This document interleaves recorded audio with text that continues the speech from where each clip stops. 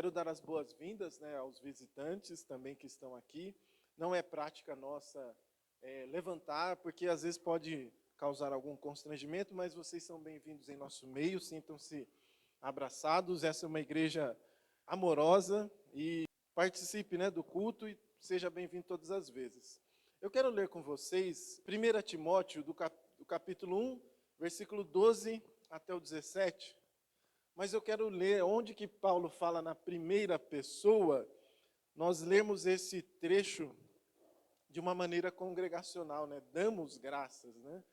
Então, algumas vezes Paulo ele vai falar aqui na primeira pessoa, mas isso se aplica também a nós. Então, vou ler dessa maneira.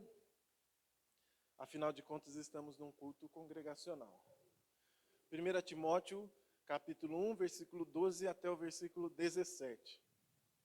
Diz assim: Damos graças a Cristo Jesus, nosso Senhor, que nos fortaleceu e nos considerou fiel, designando-nos para o ministério. A nós que no passado fomos blasfemos, perseguidores e insolentes, mas alcançamos misericórdia, pois fizemos isso na ignorância, na incredulidade. Transbordou, porém, a graça do nosso Senhor com a fé e o amor que há em Jesus Cristo. Esta palavra é fiel e digna de toda aceitação, que Cristo Jesus veio ao mundo para salvar os pecadores, dos quais somos os principais. Mas por esta mesma razão nos foi concedida misericórdia, para que em nós, que somos os principais pecadores, Cristo Jesus pudesse mostrar sua completa longanimidade e que nós servíssemos de modelo para todos os que hão de crer nele para a vida eterna. Assim, ao Rei, eterno, imortal e invisível, ao Deus único, honra e glória para todo o sempre. Amém. Vamos orar então? Querido Senhor, dentre a humanidade pecadora, Deus, dentre a humanidade rebelde, Senhor, o Senhor nos separou quando ainda éramos pecadores. Isso está na Tua palavra, Senhor. Muito obrigado, ó Deus, pela Tua graça, Tua misericórdia sobre nós, ó Deus. Te agradecemos porque isso é um grande privilégio, Senhor. Se o Senhor fosse fazer justiça, teríamos que pagar a pena, Senhor, do nosso pecado, Senhor, que é terrível, tão terrível quanto qualquer um outro ser humano, Senhor, de rebelião, de autossuficiência. Mas nós somos agraciados, ó Deus, por isso que fazemos das palavras de Paulo a nossa, Senhor. Nós te agradecemos por isso, por essa tão grande bênção, que ela pode, às vezes, na correria do dia a dia, passar despercebida, Senhor, mas somos gratos por isso, ó Deus. E agora, nesse ajuntamento, ó Deus, estamos aqui reunidos como Tua igreja, corpo de Cristo, para cultuar, Senhor, para cultuar o Deus único e verdadeiro, ó Deus. Nos livra de distrações, Senhor, de preocupações externas, nos ajuda a concentrar neste culto, ó Deus, nos cânticos, ó Deus, nas orações e na Tua palavra que será pregada. No memorial, ó Deus, no qual vamos lembrar, ó Deus, o Teu sacrifício, ó Deus, por nós, a Tua aliança, Senhor, em favor de nós, aqueles que estávamos entregues ao pecado, Deus. Muito obrigado, no nome do Teu Filho, Jesus Cristo, que oramos. Amém. Vamos ter um momento agora de contrição, isso faz parte do culto público, porque embora, irmãos, justificados pela graça de Deus, é uma declaração, né? A gente é declarado justo, a gente muitas das vezes ou esquece ou não foi bem instruído com relação a isso, ocorre aí sim a santificação é um processo, porque ainda somos inclinados, né, ao pecado. Como disse João Calvino, nosso coração humano é uma fábrica de ídolos. Então existem ídolos ocultos ali, não somente superficiais. Eu quero ler um texto com vocês que fala um pouco disso, né? Às vezes, por sermos evangélicos, acreditamos que não temos ídolos, mas não acredite nisso, nós temos sim. Filipenses capítulo 2, do versículos 1, eu vou ler até o 11 para fazer sentido aqui nessa parte. Portanto, se existe alguma exortação em Cristo, alguma consolação de amor, alguma comunhão do Espírito, se há profundo afeto e sentimento de compaixão, então completem a minha alegria, tendo o mesmo modo de pensar, tendo o mesmo amor, e sendo unidos de alma e mente. Não façam nada por interesse pessoal ou vaidade, mas por humildade, cada um considerando outros superiores a si mesmo, não tendo em vista somente os seus próprios interesses, mas também os dos outros. Tenham entre vocês o mesmo modo de pensar de Cristo Jesus, que mesmo existindo na forma de Deus, não considerou ser igual a Deus, algo que deveria ser retido a qualquer custo. Pelo contrário, ele se esvaziou, assumindo a forma de servo, tornando-se semelhante aos seres humanos. Reconhecido em figura humana, ele se humilhou, tornando-se obediente até a morte e a morte de cruz. Por isso Deus também o exaltou de maneira que lhe deu o nome que está acima de todo nome, para que o nome de Jesus se dobre todo o joelho nos céus, na terra e debaixo da terra, e toda língua confesse que Jesus Cristo é o Senhor, para a glória de Deus Pai. Uma pergunta, né? Você trata o outro como alguém superior a você ou como um competidor a ser vencido? Então, nesse trecho aqui, o apóstolo Paulo, inspirado pelo Espírito Santo, vai desmascarar o ídolo mais silencioso do coração humano, a vaidade revestida de espiritualidade. A ambição religiosa pode ser apenas uma cruz invertida. E aí, nesse mundo que nós vivemos, né, que o eu autêntico é idolatrado, né, a autoexpressão é o bem supremo e a autoestima é inquestionável, nesse versículo vai confrontar essa cultura, dizendo que, de uma forma contracultural, né, submeter-se voluntariamente e valorizar o outro acima de si mesmo. Então é um motivo de contrição. Será que temos tratado o outro como competidor, como a gente é superior, sendo superior? A cruz fez de senhores, né, de escravos e escravo irmãos. Vamos orar por isso? Nosso Deus, diante da Tua majestade e santidade, estamos aqui para pedir perdão, Senhor, por ídolos ocultos do nosso coração, ó Deus. Superioridade, Senhor, egoísmo, ó Deus, que o Senhor tenha misericórdia. Vivemos num mundo em que isso é bem comum, ó Deus. As pessoas nem pensam sobre isso. Muitas das vezes nos achamos melhores com base na moralidade, Senhor, com base nas nossas obras, mas não é isso que a Tua palavra ensina, ó Deus. Ajuda-nos, ó Deus, como igreja, como corpo de Cristo, a identificarmos se há, ó Deus, e quais são, Senhor, os pecados que cultivamos, ó Deus, em nosso coração, e dá-nos um coração humilde, ó Deus. Nosso alvo é Cristo, o nosso alvo é a conduta de Cristo, não é à toa que somos chamados cristãos, ó Deus. Que pela Tua graça e Tua misericórdia o Senhor transforme os nossos corações e perdoa, Senhor, se temos nos enveredado por esse caminho, ó Deus, de soberba. Nos ajuda, Senhor, a enxergarmos isso e nos arrependemos disso, ó Deus. Nós oramos em nome de Jesus. Amém.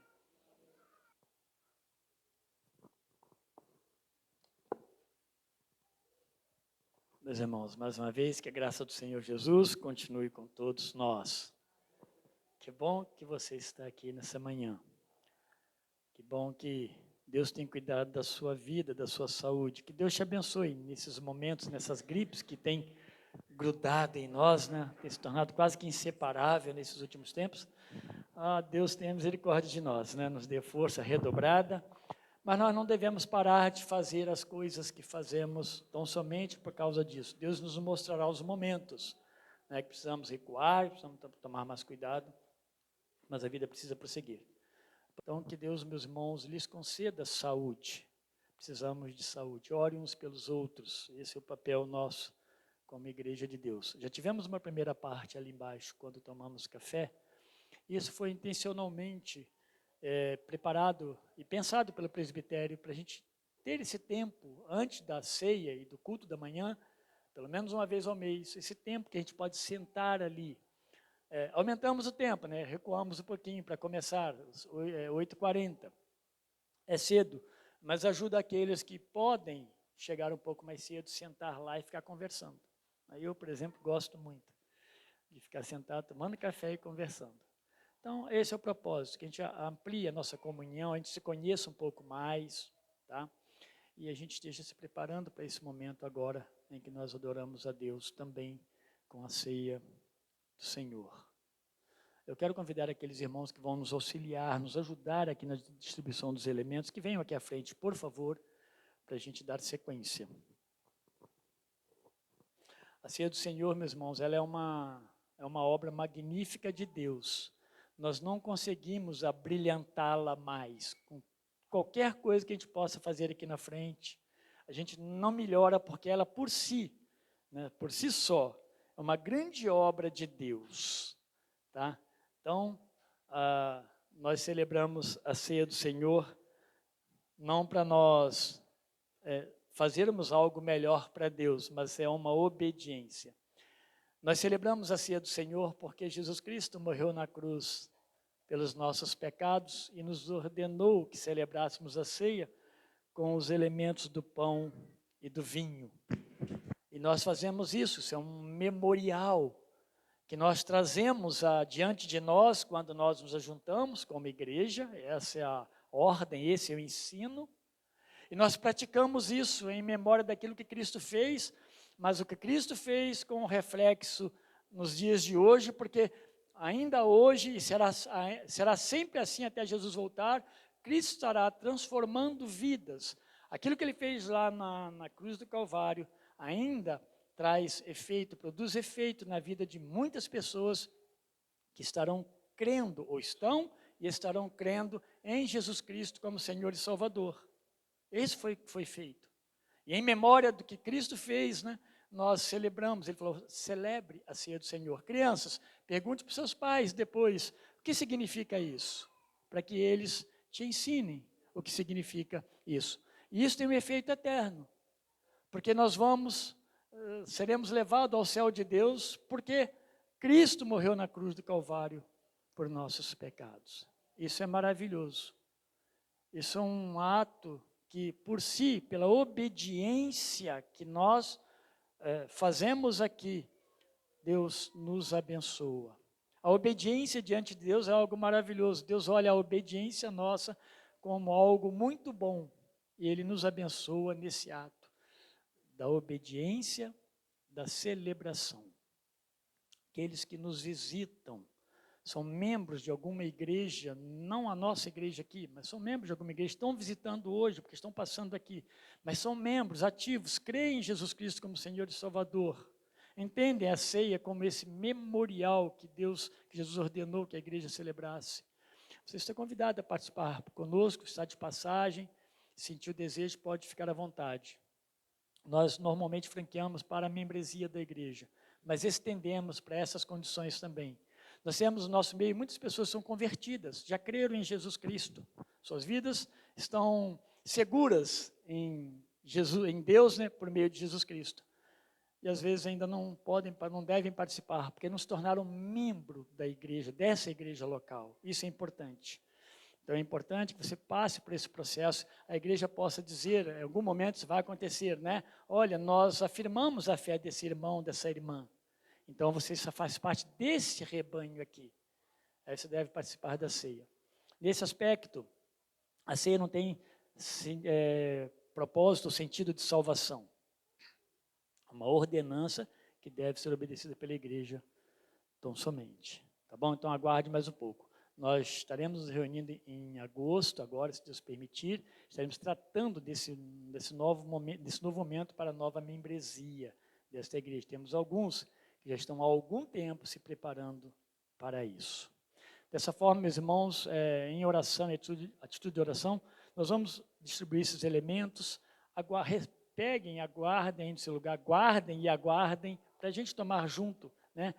Trazendo à memória aquilo que eles faziam juntos quando eles celebravam a ceia ali na igreja primitiva. Então, recebam no seu lugar e aguarde para a gente participar junto desse momento.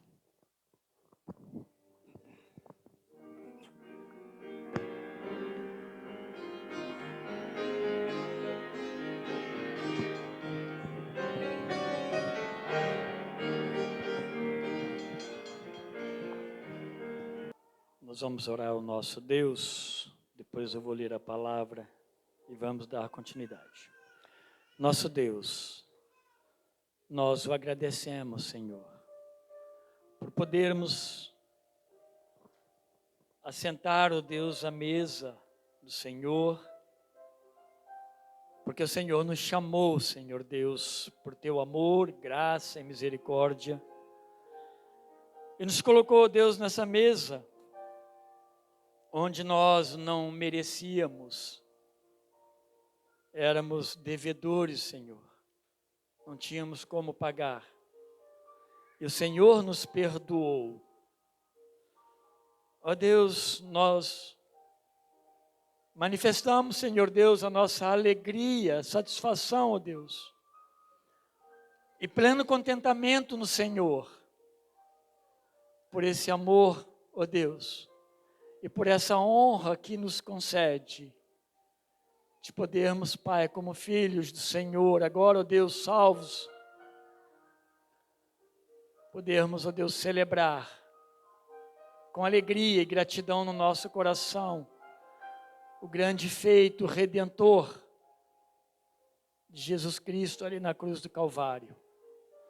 Obrigado, meu Deus, fomos perdoados, fomos libertos. Estamos agora, ó Deus, através desses elementos, o pão, ó Deus, o cálice, o vinho, nós agradecemos, nós nos lembramos disso tudo, ó Deus. A grande obra redentora do Senhor por meio de Cristo. Que bom, Senhor, que não se esqueceu de nós. Que bom, ó Deus, que nos redimiu. Que bom, Senhor, que o Teu Santo Espírito habita em nós aqui neste mundo. Que bom, meu Deus, que a Tua palavra nos instrui. Que bom que nós podemos nos reunir como corpo de Cristo e celebrar com alegria, ó Deus, a grande vitória sobre a morte. Somos gratos, em nome de Jesus Cristo. Perdoa-nos, ó Deus, perdoa os nossos pecados para a glória do Senhor. Em nome de Jesus, amém. O texto nos diz assim, primeiramente, Mateus 26 diz assim: enquanto comiam, Jesus tomou o pão e abençoando-o, partiu e o deu aos seus discípulos, dizendo: tomai e comei, isto é o meu corpo, comamos mesmo.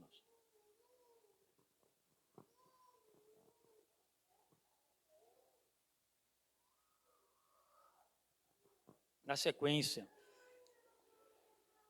Mateus nos escreve assim, verso 27, tomando um cálice, rendeu graças e o deu a eles, dizendo: bebei dele todos, pois isto é o meu sangue, o sangue da aliança derramado em favor de muitos para perdão dos pecados. Tomemos o cálice.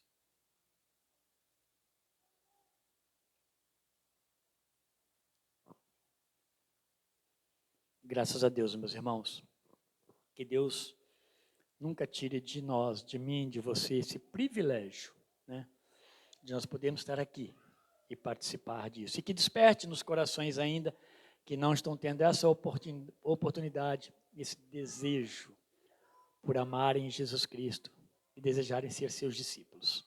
Deus os abençoe. Obrigado, meus irmãos, obrigado, os irmãos da música, obrigado a todos que nos ajudaram grandemente aqui. Vamos orar, meus irmãos, também pela palavra de Deus, através do pastor Fábio. Ele consegue, nesse tempo que ele tem a sua disponibilidade, nós agendamos então para que ele possa estar nos abençoando com a boa palavra de Deus. Senhor nosso Deus, agora, Pai, nós vamos para um ponto tão importante, ó Deus, que é ouvirmos a Tua palavra. Ela está disponível a nós, Pai, mas muitas vezes nós não a compreendemos plenamente. Então, nosso desejo aqui nessa manhã, ó Deus, e também à noite, Senhor, possa, Deus, falar ao nosso coração, que o nosso coração esteja sensível à voz do Senhor, para que, ó Deus, ela possa produzir mudanças, transformações em nós, para a Tua glória. Fala, ó Deus, pela instrumentalidade do Teu servo. Em nome de Jesus, oramos. Amém. Bom dia, igreja. Graça e paz do Senhor. Amém. Eu quero que você abra a sua Bíblia. Onde? 1 Tessalonicenses. Isso. O Jorge acabou de falar aqui. né, Jorge? Nós vamos passar os próximos meses no culto da manhã estudando, e as pregações vão ser na carta de Paulo à igreja de Tessalonicenses, ou a primeira carta. São duas cartas, né, que Paulo escreveu. Nós vamos falar um pouquinho sobre isso para dar introdução para essa série, e também já vamos pegar a primeira perícope, ou as duas primeiras perícopes, né, em algum sentido, da pregação de hoje. Tá ok? Então, primeira carta de Paulo aos Tessalonicenses, capítulo 1, de versículos de 1 a 10. Eu falo que são duas perícopes, porque o versículo 1, em alguns sentidos, é uma perícope, que é a saudação de Paulo, e depois, versículos 2 a 10, aí é uma nova perícope, mas não vamos falar nesse texto todo, tá bom? Vamos orar? Senhor, nós estamos aqui, te louvamos pela oportunidade que o Senhor nos dá de estarmos reunidos como comunidade de fé do Senhor. Muito obrigado, Senhor, pela oportunidade. Obrigado por estarmos com a palavra aberta e termos liberdade para pregar e ouvir a tua palavra. Preserve essa nossa liberdade para a glória do Senhor. E abençoa-nos que possamos sair daqui edificados, mais parecidos com Cristo, ó Deus, e com a visão bíblica a respeito da vida que o Senhor nos deu. Nós oramos assim agradecidos em nome de Jesus. Amém. Bom, eu quero brincar um pouquinho sobre geografia com você. Apesar do nosso projetor termos, ele está muito ruim para ver de manhã, então eu quero que vou cultivar a sua imaginação hoje. Eu vou desenhar aqui no céu, né, no âmbito aqui, vai estar espelhado, então para você vai estar certo a respeito de Tessalônica. Tessalônica é uma cidade que ela existe ainda, ela já existe alguns séculos antes de Cristo, né, e é uma cidade importante no contexto daquela região.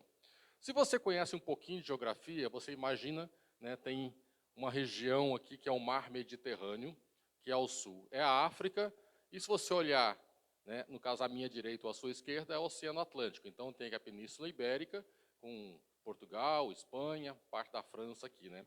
Mais um pouquinho para cá, tem aquela bota, né, que é a Península Itálica, né, a Itália, que tem ao fundo assim a Sicília, né? Aí você vem mais um pouquinho para cá, né, para a sua direita aí, que nós vamos ter uma outra península, né, que é a península que dá no fundo ali para a Grécia, né? E se você continuar andando um pouco mais para o outro lado, você vai chegar no que hoje é conhecido como Turquia. E você descer a Turquia, vem descendo, você vai chegar na terra de Israel, que ao sul chega ali no canal de Suez, Egito, e dá a volta, que daí chega depois embaixo a África, certo? Tem vários mares ali. Tem o mar Mediterrâneo, que é o mar do meio, que os romanos chamavam de Mare Nostrum. Né? Por quê? Chegou um momento que o Império Romano ele dominava toda a região em volta deste mar. Eles chamavam de Mare Nostrum. Por quê? Mar nosso. Porque tudo que tem em volta é nosso, então é um laguinho nosso, né? É o mar Mediterrâneo. Só que ele tem alguns pedaços, algumas massas de água ali que o pessoal dá outros nomes, né? Se você pegar aqui e pega a Itália, entre a Itália e a península que desce e se torna a Grécia, existem dois mares. O mais ao norte, que pega ali a costa leste italiana e a costa oeste do que hoje é chamado Albânia, você tem o mar Adriático. Ao sul, né, quando termina aquela bota italiana e desce, que daí já é a costa, né, leste da Grécia e ao sul da Itália, é o mar Jônico. E se você ultrapassar para o outro lado da Grécia, você vai ter o mar Egeu, ok? E ao norte do mar Egeu é chamado, né, o Golfo Termaico, se não me engano, que ao norte desse Golfo Termaico, no pontinho dele, existe uma cidade chamada Tessalônica. Né? E se você continuar naquela região, andando, saindo do Golfo e seguindo mais ali para o Oriente, você vai chegar no que hoje é conhecido como Turquia. A Turquia ela é dividida em duas partes. Tem a Turquia europeia e tem a Turquia asiática. Tá ok?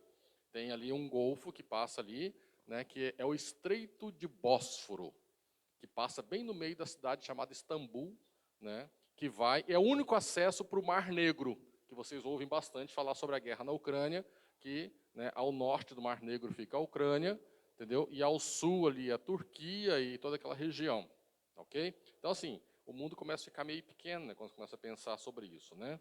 Essas regiões, algumas delas tinham outros nomes naquela época. Se você pegar Israel, né, aqui, tem Jerusalém, e subindo ao norte de Israel, na região que hoje é conhecida como Síria, existia uma cidade chamada Antioquia.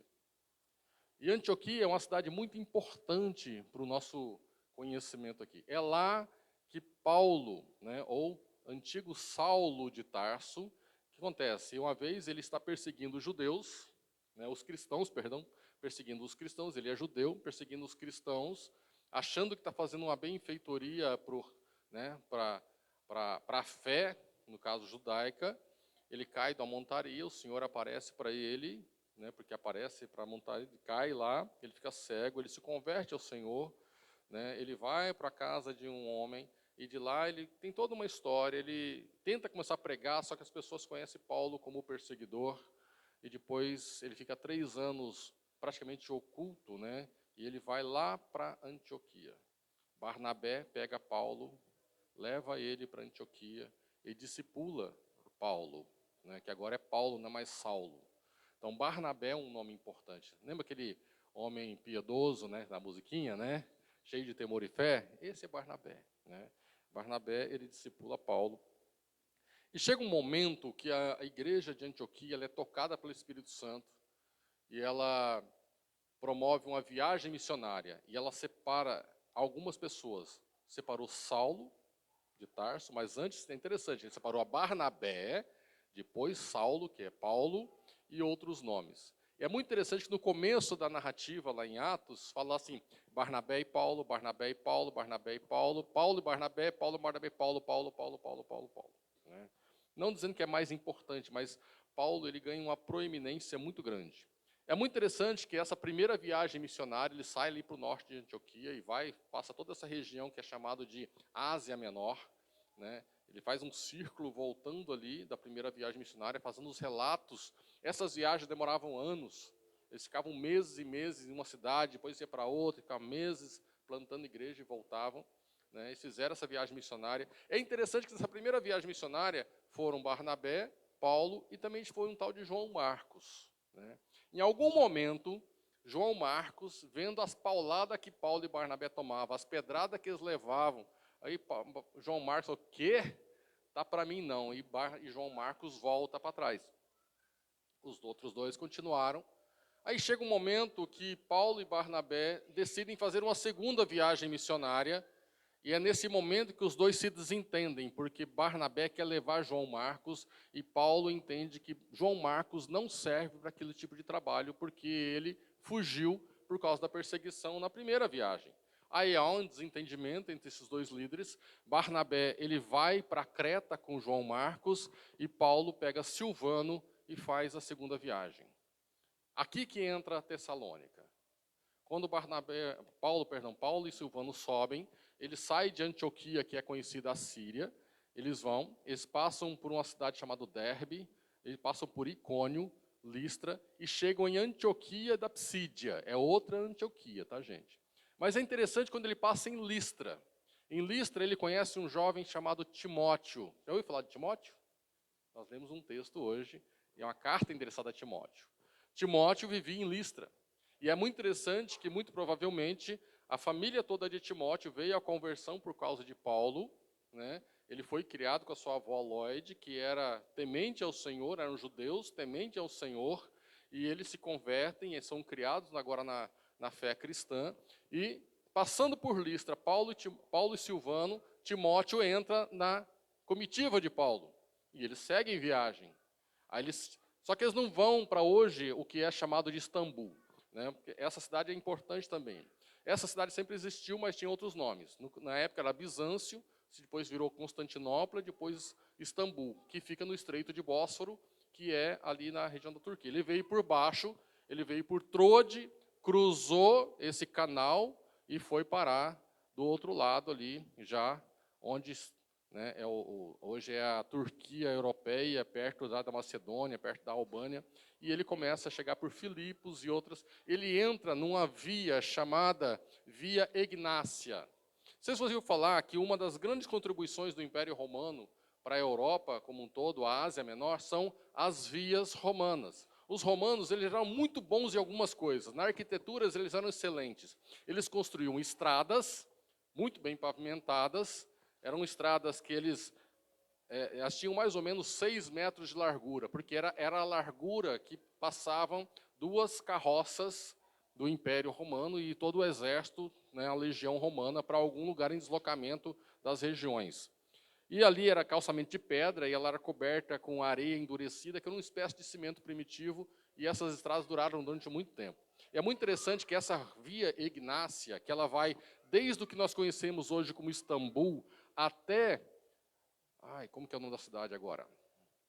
Eu esqueci o nome da cidade, mas é na Albânia. Ela fica de frente com a Itália, cruzando ali o mar Adriático, que começa a Via Ápia na Itália. Na Via Ápia é a via que chega em Roma. Então era cruzar de navio, da Via Egnácia até chegar na Via Ápia para chegar em Roma, né? Mais interessante que essa Via Egnácia, ela cruzava toda essa região. Então Paulo, Silvano e Timóteo, eles chegam mais ou menos na região de Filipe, encontram a Via Egnácia e continuam seguindo por ela. Aliás, né, todas as viagens missionárias eles faziam basicamente pelas estradas romanas, as cidades que estavam no entorno. E eles chegam a Tessalônica. Tessalônica é uma cidade portuária, ela era majoritariamente habitada por gregos, mas também tinha uma miríade de outros pagãos com suas práticas, mas tinha uma comunidade muito grande de judeus. Tanto é que tinha uma sinagoga. Tessalônica, ela tinha um problema sério com a idolatria. Eles idolatravam todo o panteão grego-romano. Greco-romano, assim, então, se imaginam que são diversos deuses ali, né? O que muda é o nome de um para o outro, mas eram os mesmos, mas todo o panteão greco-romano. Eles adoravam também algumas divindades egípcias e também adoravam o imperador. Curiosamente falando, Tessalônica era uma cidade livre, ela não pagava impostos para Roma. Mas é só uma curiosidade que existiam algumas cidades que Roma considerava livres, elas não tinham obrigação de pagar impostos, né? E eram governadas pelos politrarcas, né? Não era um prefeito, não era um governador, era o tal do politrarcas, eram alguns governantes, eram as autoridades do povo. Pois bem, Paulo, Silvano, Timóteo chegaram naquela cidade e eles, como prática, eles sempre iam para a sinagoga pregar. Em Atos, você vai encontrar que Paulo ele pregou durante 3 sábados apenas na sinagoga de Tessalônica. O tempo exato que ele ficou ali, não se sabe muito, mas é muito pouco tempo. A interessante sobre Tessalônica é que a igreja ela floresceu muito rápido. Diferente de outros lugares, a fé cristã, o evangelho, teve uma penetração surpreendentemente rápida e eficaz em Tessalônica. Porém, em dado momento, as pessoas que adoravam o imperador e outros sentiram-se, né, alguns agitadores, chamaram as autoridades, prenderam Jason. Jason, ele era o anfitrião de Paulo em Tessalônica. É quem estava hospedando Paulo, possibilitando que Paulo pregasse.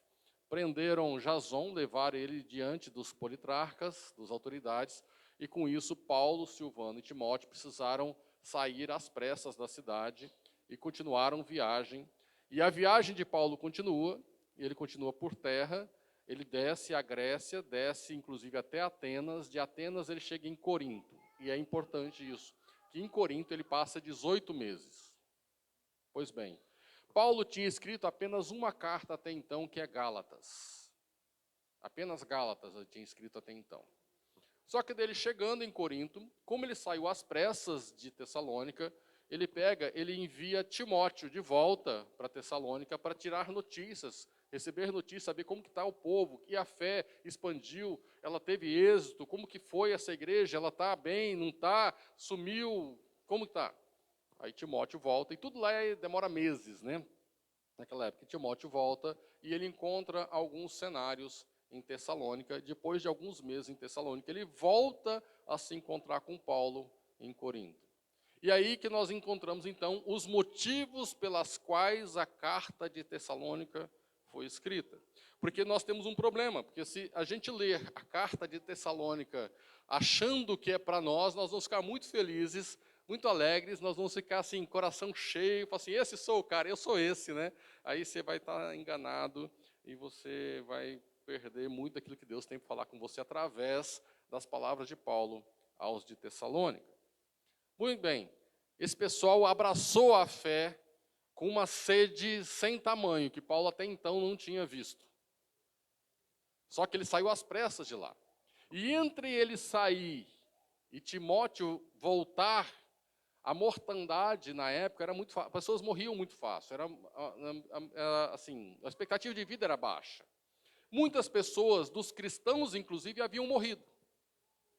Só que a comunidade de fé estava com problemas agora. Foi, poxa vida, nós estamos aguardando a volta do Senhor Jesus, como disse Paulo. Só que algumas pessoas morreram, e agora?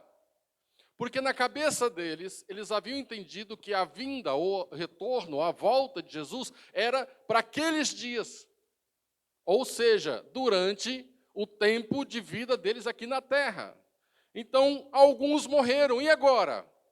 Como que é para estes que morreram? São entes queridos nossos, familiares, são amigos, são irmãos na fé. Eles morreram. Como que eles estão em Cristo? Se Cristo não voltou ainda, eles morreram. Aliás, para quando é a volta de Cristo, se ela é iminente? Quando se dará o dia do Senhor? E com essa vibe, por assim dizer, muitos achando que Jesus estava para vir naqueles dias, eles entrando na onda da generosidade cristã, porque assim como aconteceu em Atos 2, que muitos traziam ao pé dos apóstolos os seus bens e distribuía entre eles, vendiam, tanto o caso de Ananias e Safira, acontecia também nas outras igrejas, por onde Paulo passava e as igrejas eram instituídas. Então a generosidade ela era imensa entre os membros das primeiras comunidades de fé. Então, alguns abandonaram seus trabalhos e ficaram vivendo às custas da generosidade da comunidade. Por quê? Porque Jesus está para voltar, não tem por que eu ficar trabalhando. Esse era o pensamento. Eu vou me aposentar, por que eu vou ficar trabalhando, pagando INSS, FGTS e pagando plano de saúde, isso aqui, se Jesus está às portas? Para que eu vou ficar indo lá de sol a sol, lá 12 horas por dia? Para quê? Era mais ou menos esse o pensamento. Por que eu vou ficar descendo para o porto, fazendo trabalho pesado de estivador? Por que eu vou ficar carregando pedra se Jesus está para voltar e é iminente? Então, vamos gastar o que nós já temos aqui, vamos torrar tudo aqui com a vida que nós temos, que Jesus está às portas. Mas nesse ínterim, alguns morreram e eles ficaram confusos. E agora estavam...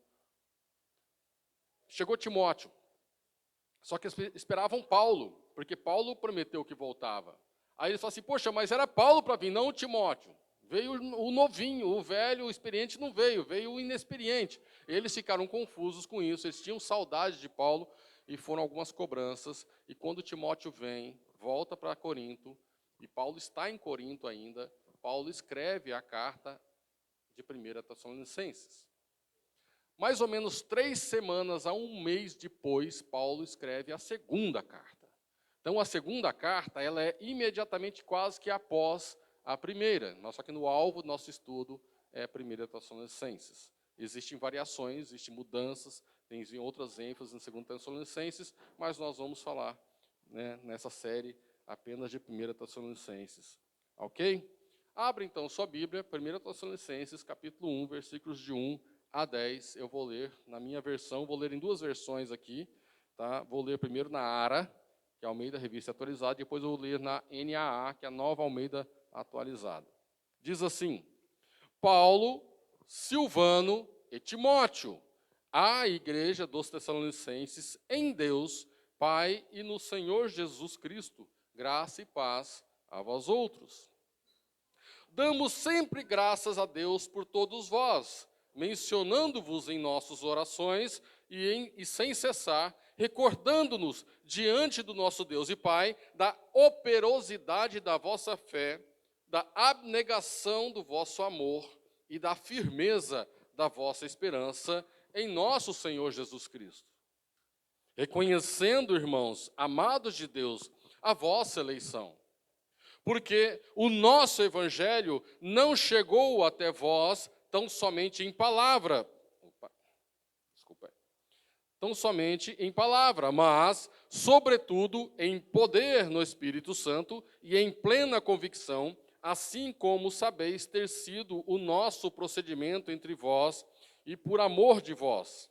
Com efeito, vos tornastes imitadores nossos e do Senhor, tendo recebido a palavra, posto que em meio de muita tribulação, com alegria no Espírito Santo, de sorte que vos tornastes o modelo para todos os crentes na Macedônia e na Acaia, porque de vós repercutiu a palavra do Senhor, não só na Macedônia e Acaia, mas também por toda a parte se divulgou a vossa fé para com Deus, a tal ponto de não termos necessidade de acrescentar coisa alguma. Pois eles mesmos, no tocante a nós, proclamam que repercussão teve o nosso ingresso no vosso meio, e como, deixando os ídolos, vos converteste a Deus, para servirdes o Deus vivo e verdadeiro, e para aguardardes dos céus o seu Filho, a quem ele ressuscitou dentre os mortos, Jesus, que nos livra da ira vindoura. Deixa eu ler na outra versão. Paulo, Silvano e Timóteo, à igreja dos Tessalonicenses, em Deus Pai e no Senhor Jesus Cristo, que a graça e a paz estejam com vocês. Sempre damos graças a Deus por todos vocês, fazendo menção de vocês em nossas orações e sem cessar, lembrando-nos diante de nosso Deus e Pai da operosidade da fé que vocês têm, da dedicação do amor de vocês e da firmeza da esperança que têm em nosso Senhor Jesus Cristo. Sabemos, irmãos amados de Deus, que Ele os escolheu, porque o nosso evangelho não chegou a vocês somente em palavra, mas também em poder, no Espírito Santo em plena convicção. E vocês sabem muito bem qual foi o nosso modo de agir entre vocês, para o próprio bem de vocês. E vocês se tornaram nossos imitadores e do Senhor, recebendo a palavra com alegria que vem do Espírito Santo, apesar dos muitos sofrimentos. Assim, vocês se tornaram modelo para todos os crentes na Macedônia e na Acaia, porque a partir de vocês, a palavra do Senhor repercutiu não só na Macedônia e na Acaia, mas a fé que vocês têm em Deus repercutiu em todos os lugares, a ponto de não termos necessidade de dizer mais nada a respeito disso, porque, no que se refere a nós, as pessoas destes lugares falam sobre como foi a nossa chegada no meio de vocês e como, deixando os ídolos, vocês se converteram a Deus para servir a Deus vivo e verdadeiro e para aguardar dos céus o seu Filho, a quem ele ressuscitou dentre os mortos, a saber, Jesus, que nos livra da ira vindoura. Amém? Lindo esse texto, né? Mas, puxa vida, se eu recebo uma carta aqui, ela começa assim, termina assim, rapaz, pode descer Jesus assim, pode ir para o céu, que já estou bem demais. Então, o que nós temos para extrair daqui para nós hoje? Essa carta não foi direcionada diretamente a nós, mas ela chega a nós como a revelação do Senhor para uma igreja do Senhor, uma comunidade de fé daqueles dias, que estava passando por seus perrengues, as suas dificuldades, e aqui o Senhor tem algo a nos ensinar. Se existe um versículo tema, um versículo chave, ou o versículo que é o principal desses 10 versículos aqui, é o versículo 4. Reconhecendo, irmãos, amados de Deus, a vossa eleição. Paulo escreve a sua carta, ele precisa trazer conforto e esperança para este povo. Este povo, por algum motivo, eles tinham perdido a esperança, porque alguns da sua comunidade haviam morrido, e Jesus não tinha voltado ainda. Eles tinham dúvida a respeito de para onde foi e como estão aqueles que morreram. E qual será o nosso destino? E quando Jesus vem? Então, Paulo tem que produzir esperança, mas também tem que produzir conforto. E uma das melhores maneiras que você pode fazer isso é você trazendo, o que vem depois. A certeza do que vem depois. A certeza de quem você é nessa fila do pão. A certeza do que você está fazendo aqui. Se o que você está fazendo está certo, está errado, estou no caminho certo. E Paulo fala justamente sobre a suprema vocação do crente em Deus, ou a soberana eleição do Senhor aos crentes. Você pode pensar assim, poxa, né, tem 3 palavras bonitas para fazer um sermão de 3 pontos, né? A operosidade da vossa fé, a abnegação do vosso amor e da firmeza da vossa esperança. Olha, um sermão de 3 pontos, né? Só que não é esse o foco de Paulo. Paulo, ele baseia a certeza da eleição dos tessalonicenses com base em 2 coisas. Mas que eleição é essa? Só para você entender uma coisa, em português nós temos isso também, algumas palavras. Nós temos professoras e professores aqui, então tem que tomar cuidado, né? Já ouviu falar de prefixo? Algumas palavras têm prefixo, certo? Outras têm sufixo, não é isso? No português é raro, né? Existe em outras línguas, existe o infixo. No latim tem, né? Mas prefixo, por exemplo, a palavra feliz, existe o prefixo dela chamado infeliz. O in, ele nega uma condição. Então, a pessoa infeliz, ela é não feliz. Então, você colocou um prefixo, né? Infelicidade é o estado de não felicidade. E a própria dade, no final de felicidade, é um sufixo. Então, infelicidade tem prefixo, tem o radical, que é feliz, e tem o dade, que é sufixo, que muda ou contribui para o significado da palavra. No grego, isso é muito importante. Existe uma palavrinha no grego que é ek. Ek, ele quer dizer que é algo externo, algo que vem de fora. E a palavra para a eleição aqui é eklogi. Logi vem de logos, de palavra, determinação, vontade de Deus. Ek, que vem de fora. Então, é uma palavra determinada de fora. É isso que Paulo está falando, a eleição deles. É uma escolha feita de fora. É uma escolha que não depende de você. É uma escolha que Deus fez soberanamente sobre as pessoas de Tessalônica. Isso é eleição. Deus os elegeu, é o que Paulo está falando. E como Paulo pode afirmar, porque os eleitos não têm um carimbo na testa, mas como Paulo pode afirmar que eles são eleitos? Por base em 2 coisas. Com base na autenticidade e autoridade de quem está pregando, e com base nos frutos perceptíveis daqueles que receberam a pregação. Assim, aí entra nosso sermão de 3 pontos, né? A operosidade, a abnegação e a firmeza.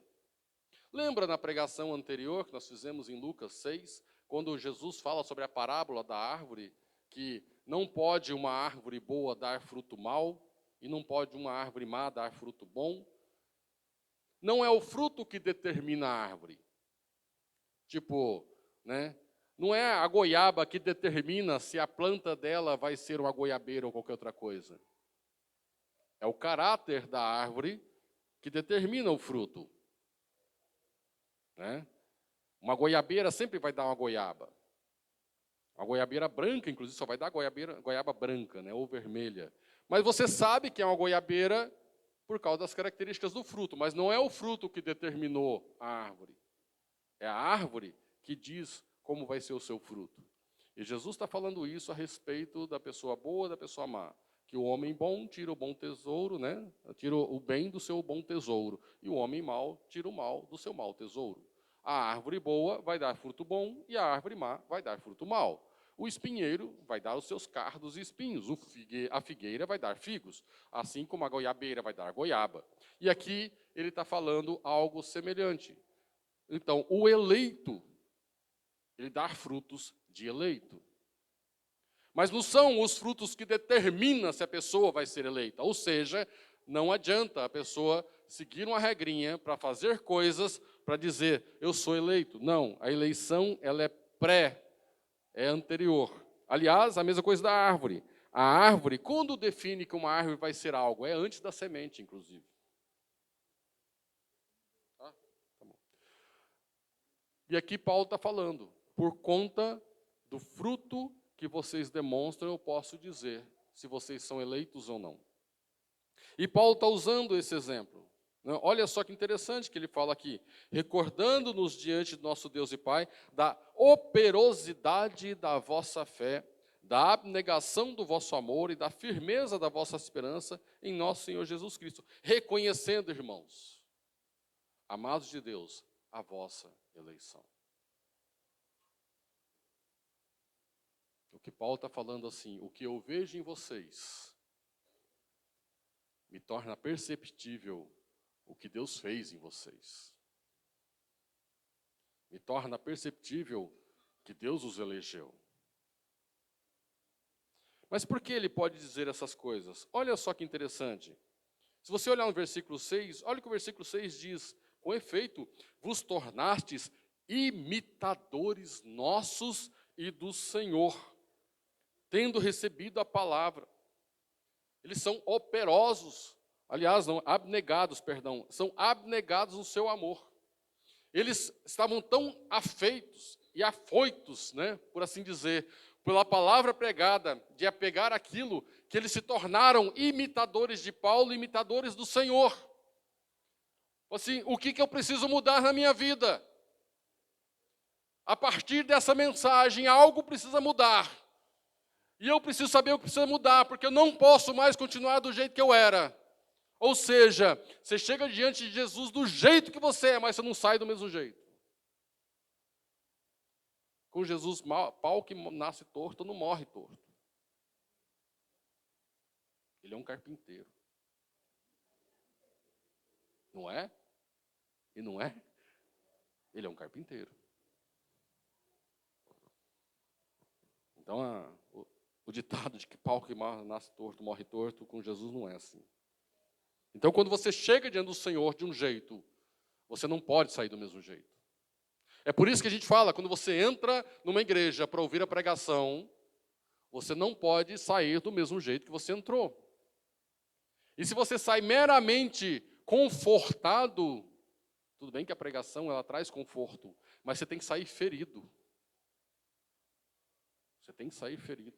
Quando você é exposto à palavra de Deus, à revelação da palavra de Deus verdadeira, você precisa sair sangrando diante do Senhor. Algo precisa ser cortado. Algo precisa ser extirpado. Algo precisa ser consertado. Quem mexe com madeira? Eu tenho máquina. Eu gosto. Serra, lixa, plana, essas coisas. Eu acho o máximo, A madeira não sai igual depois que você passa pelo processo. Você machuca a madeira. Você arranca pedaço. Você arranca ferpa. Você corta, você alinha. Então, os tessalonicenses, quando são expostos à palavra, o evangelho, a fé vem pelo ouvir e ouvir a pregação da palavra. Eles ouvem a pregação da palavra. O Espírito Santo os convence do pecado, da justiça e do juízo. E eles são convencidos pelo Espírito. Aí o seu coração é regenerado, eles creem, eles chegam assim, não posso mais viver do jeito que eu era. Tanto é verdade isso nos Tessalonicenses, que você olhar no versículo 9, olha o que diz: deixando os ídolos, vos converteste a Deus, para servirdes o Deus vivo e verdadeiro. Paulo passou ali 3 semanas, gente. 3 semanas. Aquela comunidade de fé abandonou todo um panteão grego, abandonou o panteão romano, abandonou os deuses egípcios, abandonou o culto do imperador para servir a Deus. E não só isso, olha só o que diz o versículo 6, posto que em meio de muita tribulação, com alegria do Espírito. Que fé é essa? Que fé é esta que você tem sua vida transtornada? Não é para melhor. Mas a olhos humanos é para pior, porque agora está sendo perseguido. Você está debaixo de sofrimento, de perseguição, de perdas. Mas você se apega. Os tessalonicenses se apegaram com amor. A fé deles se tornou operosa porque, através deles, muitos outros vieram a conhecer o Evangelho. Eles se tornaram não só imitadores de Cristo, de Paulo, mas também se tornaram propagadores da mensagem que os estava transtornando. Ao ponto de Paulo falar que a Macedônia, a Acaia, a fé dos Tessalonicenses se tornou conhecida porque ficou divulgada e eles propagavam aquilo por toda aquela região, e aquela região é grande. Questão de meses, porque foi o tempo de Paulo pregar, sair, caminhar mais alguns meses e ficar em Corinto durante alguns meses, mandar Timóteo de volta e receber notícias que na região toda haviam conversões por conta do testemunho dos Tessalonicenses. A fé deles se tornou operosa. A operosidade da vossa fé, no sentido de que a propagação do Evangelho não ficou retida neles. E se apegaram, porque independente da tribulação e sofrimento, eles se apegaram a se tornaram imitadores de Cristo. E a firmeza da esperança, eles abandonaram os deuses. Abandonaram toda a promessa falsa de deuses falsos para aguardar algo que não pode ser visto, que é a volta do Senhor Jesus. E não só isso, né? Que nos livra da ira vindoura. Mas como Paulo pode dizer que eles são eleitos com base apenas na resposta deles, mas não é só na resposta. Paulo, ele tinha convicção de quem ele era e do que ele estava fazendo quando estava passando por Tessalônica. Eu quero que você abra, quando ele fala, porque o nosso evangelho não chegou até vós somente em palavra, mas sobretudo em poder no Espírito Santo e em plena convicção, assim como sabeis ter sido o nosso procedimento entre vós por amor de vós. Paulo está afirmando assim, eu estou vendo o fruto do que o Evangelho está fazendo em vocês, mas eu estou olhando a autenticidade, a autoridade e a qualidade do que está sendo pregado a vocês. Eu posso dizer, com base nessas duas coisas, do fruto e do que está sendo pregado, que vocês são eleitos. É isso que Paulo está falando.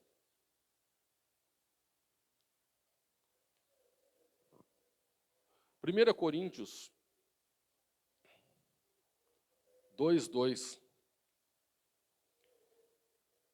Ele começa, eu, irmãos, quando fui ter convosco, ele está falando aos coríntios, da primeira vez, né, que ele saiu de Tessalônica e foi para Coríntios. Eu, irmãos, quando fui ter convosco, anunciando-vos o testemunho de Deus, não o fiz com ostentação de linguagem ou de sabedoria, porque decidi nada saber entre vós, senão a Jesus Cristo e este crucificado. O evangelho que Paulo está pregando não é o evangelho da ação social, não é o evangelho do conforto, não é um coach de sucesso na vida, mas Paulo está falando que o homem está em inimizade com Deus por causa do pecado. E todo pecador, por causa do pecado, está debaixo da ira de Deus. E Jesus é a providência de Deus para satisfazer os motivos da ira de Deus. E a ira de Deus foi despejada sobre Jesus na cruz do Calvário para aqueles que creem. E não resta mais condenação para aqueles que creem. Esse é o evangelho. Mas para os que não creem, resta ainda a ira de Deus, o julgamento e a ira de Deus nos últimos dias. É disso que Paulo está falando. Este é o evangelho. Quando ele fala o nosso evangelho, não é algo que ele criou. É algo que lhe foi revelado. E ele entrega esta mensagem. E Paulo, Silvano, Timóteo, aqueles que estão tomando açoite, pedrada, chicotada, paulada, algemas e prisões, por causa daqueles que estão ouvindo a mensagem. Eles não estão lá para benefício próprio. Por isso que ele fala que é por amor de vós. E o procedimento deles, eles não dependiam da ajuda dos outros. Eles não estavam lá para mendigar dinheiro, para viver uma vida farta. Aliás, Paulo, ele fabricava tendas. Ele fabricava barracas, de verdade. Ele era um fabricador de tendas. Ele fomentava o mercado do camping, né? E ele vendia tendas. E nesse vender tendas, fazer tendas e vender tendas, ele pregava o evangelho. Então, ele levantava recursos para si e para a sua equipe. Olha só o que diz ainda em Corinto. 1 Coríntios 2, ainda, olha o que diz de 6 em diante. Entretanto, expomos sabedoria entre os experimentados, não, porém, a sabedoria deste século, nem a dos poderosos desta época, que se reduzem a nada. Mas falamos a sabedoria de Deus em mistério, outrora oculta, a qual Deus preordenou desde a eternidade para a nossa glória. Sabedoria essa que nenhum dos poderosos desse século conheceu, porque se a tivessem conhecido, jamais teriam crucificado o Senhor da glória. Aliás, Paulo precisa responder na carta aos Tessalonicenses se ele é filósofo. Porque era a prática comum na época. Hoje em dia você tem influencer, né? O influencer é a profissão do momento, né? A pessoa, o que é? Esse é um influencer. Ele tem 10 seguidores no YouTube, ou sei lá onde, ele é um influencer. E ele tenta influenciar a vida de alguém. Paulo, né? Ele, na época dele, eram os filósofos. Aliás, era a atividade comum, as pessoas não ficavam debatendo na internet, porque não tinha internet. Então eles iam para o Areópago, ou para o mercado, ou para a arena, ou para a praça pública, né? Eles ficavam debatendo teologia, ou filosofia. E Paulo, ele não usa, e existiam os métodos, né, de debater, e as pessoas debatiam por debater. Aliás, nas festas, contratava-se pessoas que eram bons de oratória, porque era gostoso ficar ouvindo o cara falar, não importa do quê. É o negócio do argumentar, né? Do argumentar. Então, só que Paulo, ele falava de maneira muito simples, de maneira muito rústica. Apesar de ele saber falar, de ter oratória, ele só queria saber sobre Cristo e este crucificado. Ele não estava interessado em falar de filosofia. Então, por isso que ele fala aqui que o evangelho chegou a vós, né, não chegou até vós tão somente em palavra. É no sentido de que não é filosofia vã, mas em poder no Espírito Santo. E aqui, antes que você comece a fazer suas conjunturas, vamos em Romanos, capítulo 1. Romanos, capítulo 1, versículos 16 e 17. Que poder é este? Ah, milagres. Uau, tá vendo? Romanos, capítulo 1, versículos 16 e 17. Pois não me envergonho do evangelho, porque é o poder de Deus para salvação de todo aquele que crê, primeiro do judeu e também do grego, visto que a justiça de Deus se revela no evangelho, de fé em fé, como está escrito, o justo viverá pela fé. Paulo está falando, tanto é poder, que vocês abandonaram os ídolos, têm esperança de vida eterna e se converteram ao Deus vivo. Paulo está falando, isso é poder do Espírito Santo. Isso é poder do Espírito Santo. Então Paulo está falando aqui, não só pelo fruto que vocês demonstram, que mostra o que está no coração de vocês agora, como a palavra que foi pregada e por quem foi pregada, eu posso dizer para vocês, vocês são eleitos.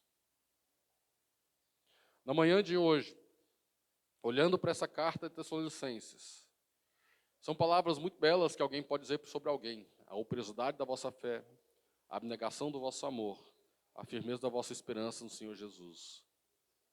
Porém, eu reconheço, Paulo está falando, a eleição de vocês. Aí eu tenho uma pergunta para você. Com base no meu fruto e no seu fruto, com base na operosidade da sua fé, com base na dedicação, na abnegação do seu amor, com base na firmeza que você tem da vida eterna. Paulo, se ele estivesse aqui hoje, do nosso lado, viesse aqui, ele podia falar assim: vocês são eleitos.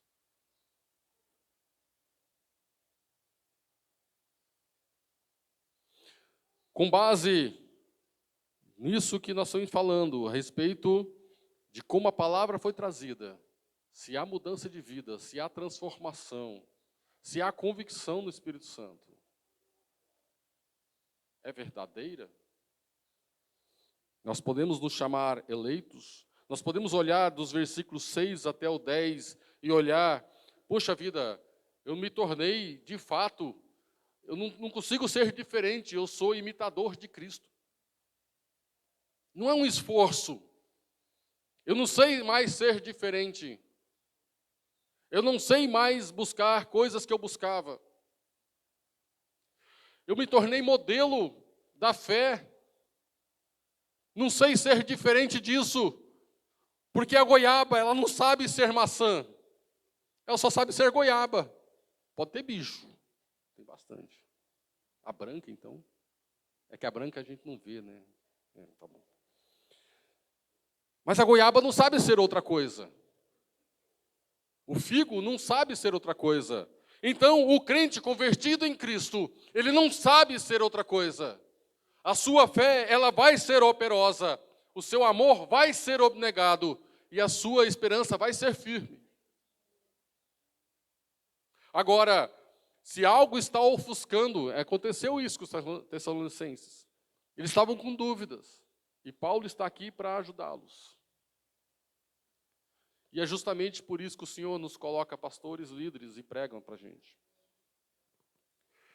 Você tem que olhar, então, parar de olhar para essa massa cinzenta do mundo aí, essa névoa que existe no mundo, indefinida, que você não consegue ver os seus alvos, você não consegue ver o fim das suas coisas, e olhar para Cristo.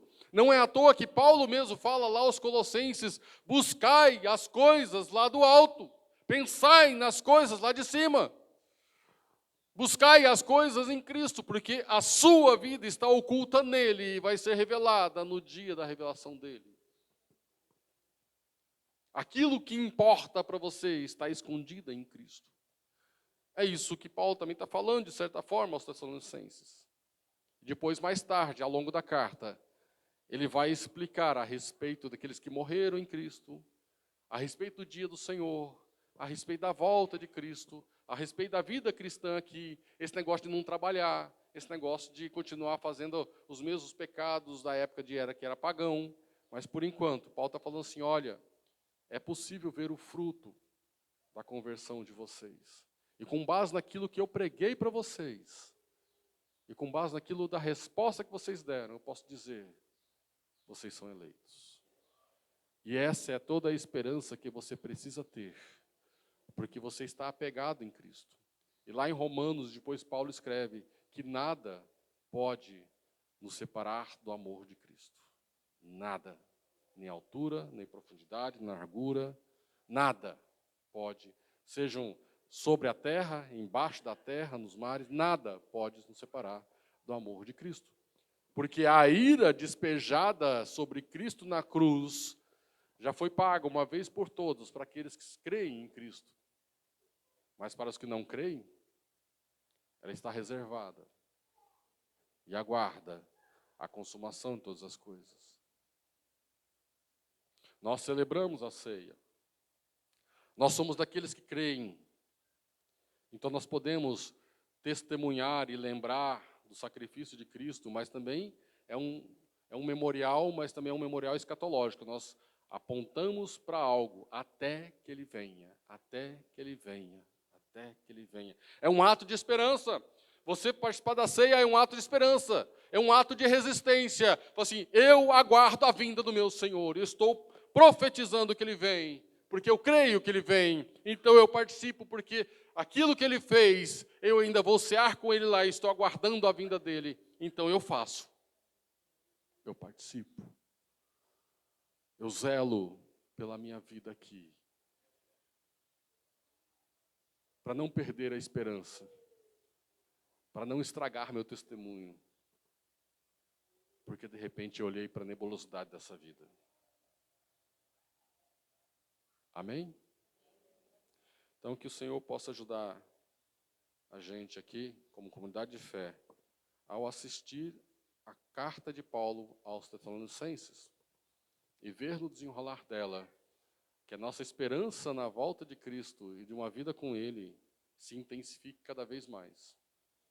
E nós sejamos testemunhas mais eficazes daquilo que o Senhor fez por nós. Amém? Vamos orar? Senhor, louvado seja o teu nome. Muito obrigado, Senhor, pela tua palavra. Obrigado pelo teu amor sobre nossas vidas. Obrigado porque o Senhor fez Paulo se assentar para escrever aos Tessalonicenses. E nós temos aqui, então, as palavras registradas daquilo que ele escreveu. As dúvidas deles, ó Deus, podem ser as nossas. Ó Deus, então, trabalhe em nossos corações. Que nós mesmos possamos ver em nós esses frutos. Ó Deus, e nós possamos falar de nós mesmos, sem orgulho, prepotência, mas debaixo da obra do Senhor, porque o Senhor é fiel. Eu sou eleito. Então aguardo o meu Senhor. Amém, Senhor.